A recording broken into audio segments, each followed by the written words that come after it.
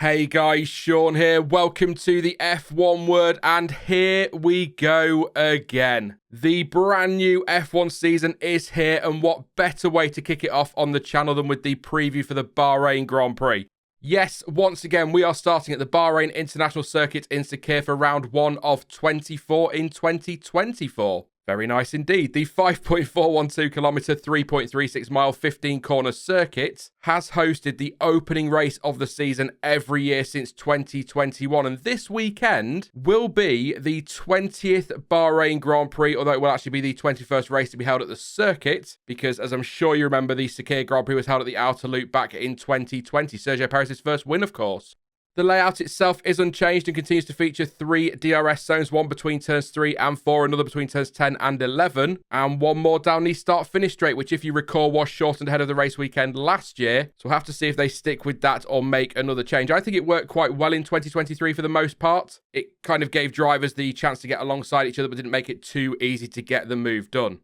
Each zone also has its own detection point, which for the millionth time in the last 7 years is absolutely how it should be when it comes to DRS, in my opinion at least. And in case you missed it in last week's Everything You Need to Know video, this season drivers will have access to DRS at the end of the first lap after a race start or safety car restart.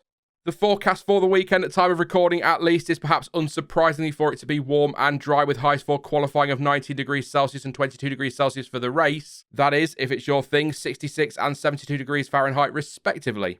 And last season in Bahrain, Max Verstappen won the race, something he went on to do a further 18 times in 2023. Do you know, that still blows my mind even now. But he was joined on the podium last season by his teammate Sergio Perez, who completed a perfect start to the year for Red Bull, with Fernando Alonso taking the final step on the podium.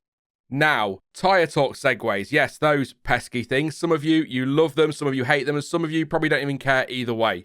But I've spent some time over the winter looking for a reason not to do these stupid segues this season. But to start the year without one would be a crime, so that's right folks, it's tyre talk time.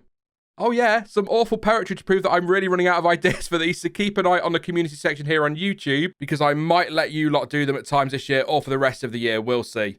But anyway, back to the point of tyre talk, that's tyres. And as I went over in the season guide last week, Pirelli has not introduced any new compounds for 2024. And so the compounds available for this weekend are exactly the same as last season in Bahrain. And they are the hard C1, the medium C2, and the soft C3, the hardest 3 in the Pirelli range.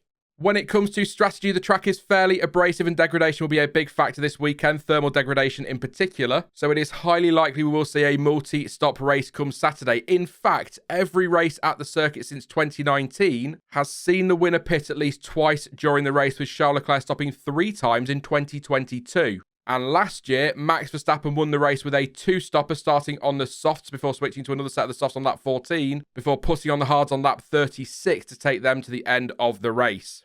It is also worth noting that only Lando Norris ran the medium C2 tyre during last year's race, everyone else sticking to the hards and the softs. And don't forget, whilst there will be 3 practice sessions, only one of those, that's FP2, will be held at the same time of the day as qualifying and the race. So expect a lot of running during the second session on Thursday.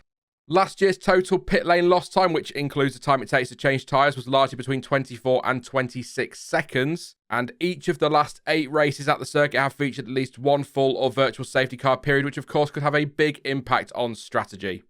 And the schedule for this weekend is a little bit different to what we're used to seeing. In fact, this will be the first time since the 1982 South African Grand Prix that the season opener has been held on a Saturday. Yes, I know Vegas last year was on a Saturday, but that was not the season opener, far from it. Why is the season starting on a Saturday though?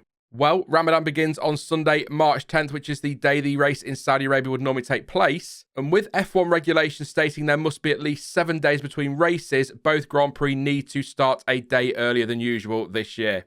So what I'm still calling the weekend will start on Thursday morning, with FP1 getting the season underway from 11:30 a.m. GMT, and FP2 starts at 3 p.m. later that afternoon.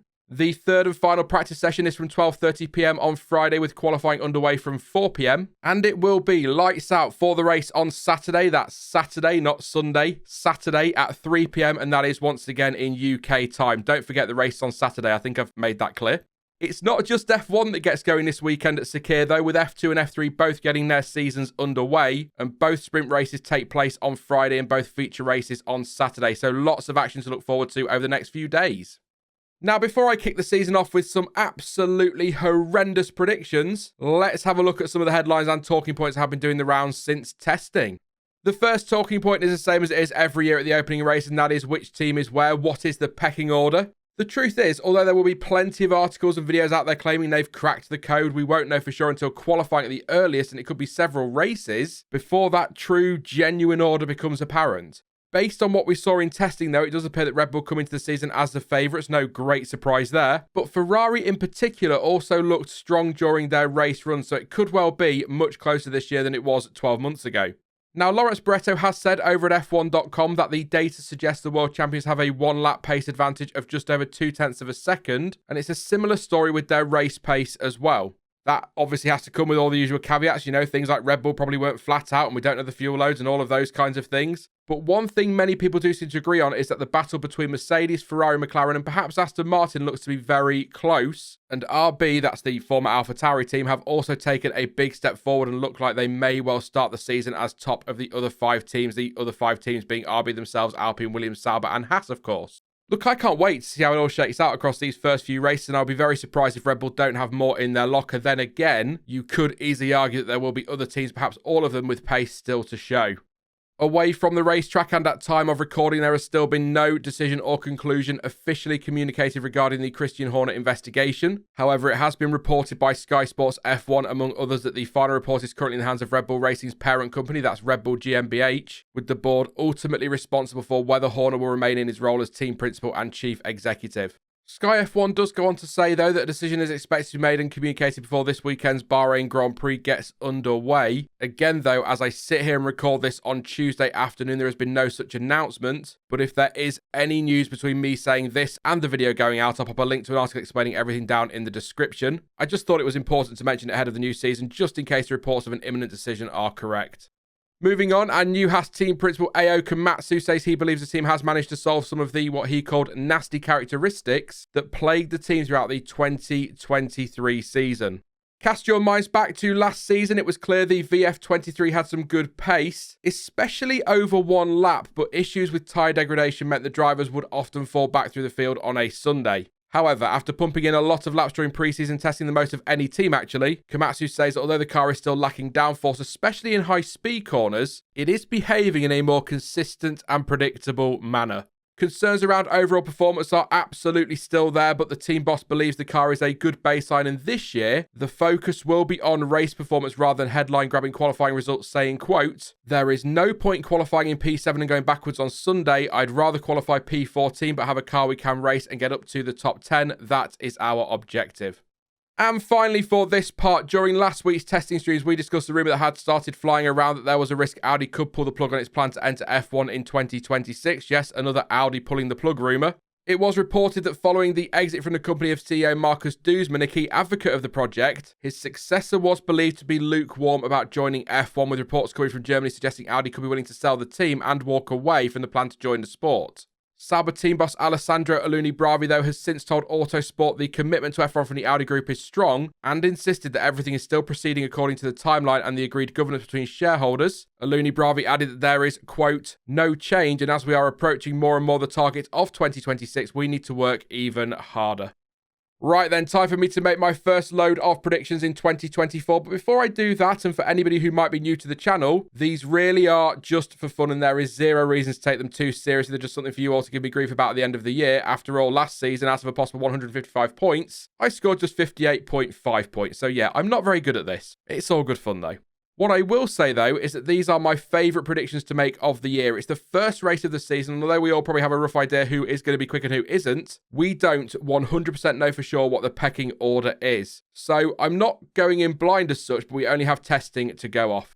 With all of that said, and as I went over earlier, I do think this season will be closer than last season. Yes, call it naive optimism if you want. But even though Red Bull still look good and will be the hot favourites, Ferrari certainly appear to have some very competitive pace on those long runs. So it looks as though it will be between Red Bull and Ferrari this weekend and perhaps for much of the first chunk of the season. I'm going to try and get some points on the board early on this year, and so I will pick up where I left off in 2023. Brace yourself and go with a Max Verstappen pole position and a win in Bahrain. Max Verstappen winning a race? Never. But I'm actually going to put Charles Leclerc in P2, and it is a bit of a toss-up for me between Sergio Perez and Carlos Sainz for that final podium spot, but I'll go with Sainz to complete a double Ferrari podium, although that comes with a caveat that it could just as easily be a Red Bull 1-2 or Sainz second with Perez third, any combination really. Behind the top two, or my top two for this weekend, I really don't know. It could be anybody's game. I'm not convinced Mercedes are as far away as some are predicting. I've seen some articles claiming they are around 5th fastest, but I do believe it is seriously tight, especially with McLaren. So, for third best team, I'm going with the Silver Arrows, but again, McLaren will be right in the mix. And by the way, I've kind of touched on it, but don't ignore Aston Martin. I think they're looking fairly good as well and might spring a surprise in that battle during the race. My team to watch in Bahrain is Alpine. Yes, Alpine. Stick with me on this. They were the team I probably struggled to read the most during testing, and there are so many different guesses around where they could be in terms of pace. I've even seen some very reputable sites putting them P10, so I'm honestly really intrigued to see where they end up. And on that note, an honourable mention to RB, because they could also be a bit of a surprise package this weekend. Look, I know this won't come as a massive surprise, but I am so excited for this season. Even if it does end up being another hugely dominant season as some are predicting, and Red Bull cruise to another title double, the rest of the field looks pretty tight. But long story short, I just cannot wait for the talking to stop and the racing to finally start. That is it then for the Bahrain Grand Prix preview, but you can let me know your thoughts and your predictions ahead of the weekend in the comments section down below. We're going racing this weekend. I mean, I won't be racing, I'll be watching it like most other people. But anyway, I will be back soon with some more content. But just a reminder that we won't be doing a race reaction stream after every race this year. This has been coming for a while. Instead, I will be live with Stuart at 7 PM GMT on Monday to debrief the weekend. Yes, I know the race is on Saturday, but I want to start the season as a mean to go on. Maybe even get into a routine this year. Crazy thought, I know. So it will still be on Monday. In the meantime, though, if you did enjoy this one, then please do leave a like, as it really does help the channel out. And also, please consider subscribing so you don't miss out on any future videos or streams. But as ever, thank you for watching. I've been Sean, this has been the F1 Word, and until next time, goodbye.